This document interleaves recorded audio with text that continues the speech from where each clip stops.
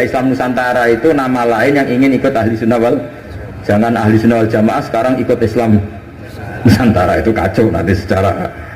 Sering saya ditanya, Gus Islam Nusantara itu kan firqah sudah 73 ditambah Islam Nusantara 74 gitu.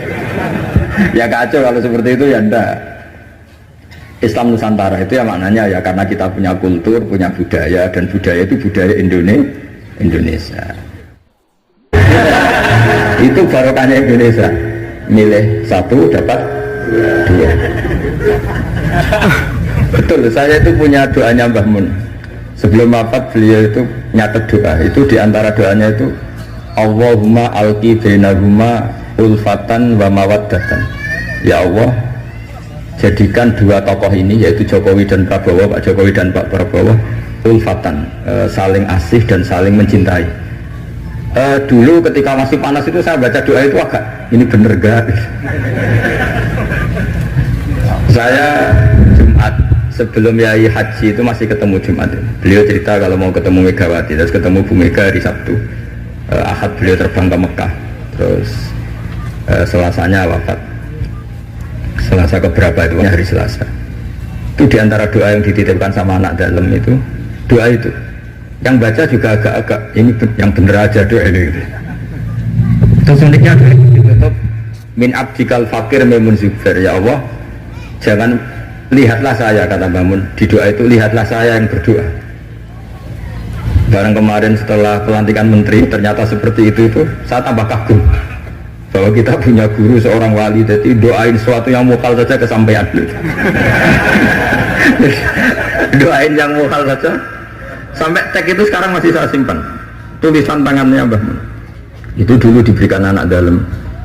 Kalau saya itu menerima wasiat jadi pengurus, jadi beberapa kali saya ditawarin jadi pengurus PBNU, saya nggak mau, sampai berkali-kali nggak mau. Hanya PBNU tidak kurang akal pakai tangannya Mbah Mun supaya agak maksa saya. Karena saya memang dari dulu nggak punya rencana jadi orang besar, biasa aja kayak jenengan itu kan enak. Mau ngopi santai, mau melarat ya pantas, mau keliru ya pantas karena ada kiai itu. Jadi enak lah. Jadi kiai itu kan tidak enak. Nak ramangan yo lesu tapi nak keliru disalahno wong akeh. Nah, sampai nak salah dimaklumi. Jadi enak. Pokoknya masyarakat awam itu enak. Terus jadi kiai ruginya gini, misalnya saya orang alim alama, ada pengumuman Gus Pak masuk surga, nanti pengumuman kedua itu mengecewakan dan para penggemarnya, memang aturannya. jadi rugi sebetulnya, karena memang aturannya gitu, para wali, para orang alim ini kan dapat masuk surga, tapi pengumuman kedua itu dan itu nggak ada syaratnya, pas para penggemar itu nggak ada syarat, siapa saja bisa. Makanya terus banyak orang jalan pintas, nggak mau alim sendiri ya, penggemar Gus Pak aja. Itu sebetulnya oportunis, itu orang nakalan lah kira-kira gitu. Terus akhirnya saya ditimbali beliau, kata beliau menyuruh saya supaya mau jadi diantara jajaran Suriah. Yang unik dari wasiat beliau itu bukan masalah Suriahnya. Kata beliau, Indonesia itu harus kamu jaga, bila perlu nanti di lembaga dakwah NU itu melibatkan orang macam-macam dari partai macam-macam termasuk partai PDI. Terus ketika tak tanya kenapa ya sing iso jogo Indonesia itu nasionalis dan religius, dan yang menjaga ini penting kata beliau. Ojo sampai Indonesia itu dosa paten pinaten. Caranya ya aku kudu rukun Mbak Megawati dan mewakili kaum religius dan nasionalis. Kalau paten pinaten repot kayak Mesir, Syria. Jadi fikihnya Mbah Mun itu jangan dilihat misalnya seorang kiai ketemu Mega, enggak. Lihatlah ini satu ikhtiar supaya Indonesia itu damai. Kenapa? Indonesia. Saya termasuk santri yang akhirnya mencari-cari argumentasi itu. Singkat cerita, saya nyari itu di khazanah-khazanah kitab dan ketemu, yaitu Rasulullah pernah berdamai dengan Suhail bin Amr. Suhail bin Amr itu tokoh kafir Quraisy yang bisa mengendalikan Quraisy. Sekali dia komando perang maka perang, padahal posisi Nabi sudah di Hudaybiyah, kira-kira 25 kilo dari Mekah. Itu kalau perang pasti banyak korbannya,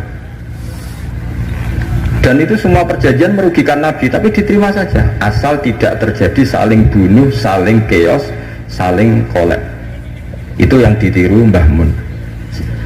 Tapi sekarang orang enggak, kadang pakai hitam putih. Pokoknya saya putih pasti benar, ini hitam pasti salah. Yang dilupakan adalah kalau betul orang lain itu hitam, ini pun tanggung jawab kita karena ini juga umatnya Rasulullah Shallallahu Alaihi Wasallam. Sekarang ketika kamu melihat orang salah, itu jika itu bagian dari keluarga kamu, inginnya memberi sanksi apa membenahi? Membenahi. Makanya dalam sebuah kitab yang diceritakan Sarah Hikam, kitab paling terkenal di kalangan pesantren, kitab Hikam. Dan cerita itu benar menurut saya. Ini cerita yang versi kitab Hikam. Nabi Ibrahim diterbangkan ke alam malakut, terus melihat para pezina. Allah tanya, menurut kamu diapakan? Bunuh saja ya Allah. Mereka makan rezeki engkau tapi tidak mengindahkan aturan kau. Mereka pezina. Sama Allah diturutin. Terus dilihat lagi para pemabuk. Menurut kamu gimana, bunuh saja, mereka itu hamba engkau, makan dari rezeki engkau tapi tidak mengindahkan perintah engkau. Sampai sekian bentuk maksiat, Ibrahim usulnya bunuh saja, habisi saja. Lama-lama suatu saat, ini cerita yang di Sarah Hikam, Ibrahim disuruh nyembelih Ismail. Yang terkenal dalam riwayat memang yang disembelih itu siapa? Ismail. Meskipun ada perdebatan ulama apa Ismail apa Ishak, tapi kita milih yang Ismail saja. Umumnya orang meyakini itu siapa? Ismail. Nabi Ibrahim itu kagetnya bukan main, ngetek. Ya Allah, yang benar saja, ini samrotu fuadi, ini buah hati saya, kenapa engkau suruh membunuh? Jawabannya Allah, Ibrahim, kamu ingat gak ketika kamu melihat orang-orang maksiat usul ke saya supaya dibunuh ya Allah. Kata Allah, aku itu ya gelo, itu sing gawe aku enak usul kon motan-motan. Kon saiki anakmu sing gawe aku takkan mati ini keberatan, menangis Nabi Ibrahim. Ini pelajaran bagi kita. Kan orang misalnya nyon saya cawe itu nganggo sepeda motor luanan sebuah antar, wana isopo luput suhu. Tapi nak jeling no, ini ku ponakane jenengan, mesti gitu. Sebetulnya keantian kita pada maksiat itu bukan karena maksiat, plus orang itu tidak warga kita.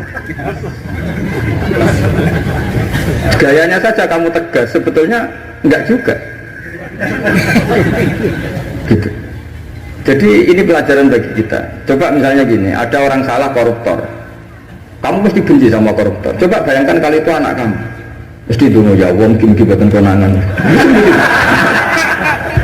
Nah, sama.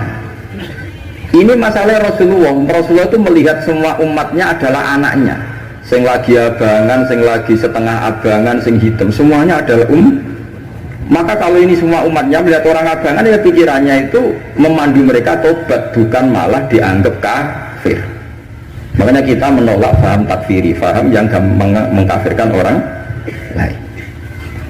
Karena ibaratnya faham takfiri itu enggak rasional, secara fikih enggak rasional. Allah yang Tuhan saja, yang punya semuanya, itu jelas ngendikan qul ya ibadiyalladzina asrafu ala anfusihim la taqnatu mir rahmatillah. Terus ayat wa anibu ila rabbikum. Orang-orang yang sudah melampaui batas oleh Allah dipanggil, ayo kembali ke saya kembali. Kemudian orang-orang takfiri ini, orang-orang ekstremis ini, hamba Allah yang sedang maksiat dianggap tidak Islam atau kafir, keluar dari area kemukminan. Wong yang Allah Tuhan saja yang di luar disuruh masuk. Ini yang sudah masuk malah disuruh keluar. Coba Nabi diutus jadi Nabi itu untuk mengislamkan orang kafir apa untuk mengkafirkan orang Islam? Ya Nabi lo diutus itu untuk mengislamkan orang kafir apa mengkafirkan orang Islam? Mengislamkan orang. Makanya aliran-aliran ekstrem sidik-sidik kafirkan orang itu satu mesti goblok, mesti. Dua mesti nggak tahu ngaji. Tiga terlalu semangat tapi khazanah ilmunya itu pas-pasan. Karena tadi kebencian kita ini pasti ada unsur dengan tanda kutip nafsu. Ya tadi kamu benci sama cawe wedok sing kuatokan cekak sepeda motor buwantek. Bareng mbok pisoi jebule wong ayu banget seneng kowe. Kira-kira masih misoi ndak gitu. Itu mesti atau gini, kamu benci sama orang yang nyulayani janji. Zaid tidak janji sama kamu, mesti marah. Janjian kok gak rene gini-gini. Coba Zaid itu orang yang ngutangi kamu, berani nggak ngumpat-ngumpat Zaid meskipun melayani janji? Zaid itu orang yang memberi utangan kamu 10 juta, terus janjian melayani janji, bisa nggak kamu bentak Zaid? Terus gak ditagih sewenang. Artinya ketika kamu disulani janji marah itu mesti gini, sudah nyulayani janji plus tidak berjasa. Nah ini yang kita dapat kearifan dari Nabi Ibrahim. Saat kita enak saja usul orang maksiat dibunuh, dimatikan oleh Allah, itu plus mereka kebetulan tidak anak kita. Coba andaikan zaman di alam malakut Ibrahim tahu yang nakal itu anaknya, apa kira-kira usul demikian? Nah makanya ini jaga kearifan kita, bahwa bayangkan orang lain itu keluarga kita. Makanya kearifan dari bapak saya, bapak itu senangnya kancanan orang macam-macam, masuk musim bulat-bulat. Terus setiap saat tanya, kenapa pak? Sing gelem dadi ngono ya sapa? Mesti jawabannya gitu. Karena itu kearifan. Sing gelem dadi ngono itu santrinya bapak dulu yang bulat ya banyak. Dia itu bengkel, nak ra gelem dadani barang rusak ya rasa dadi apa? Iya. Makanya saya ini keterusan, saya termasuk jenis kiai yang nggak tegas.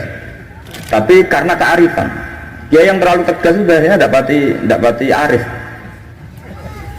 Ya tadi, bayangkan itu anak kamu, kepengen ngaji malah diboyong.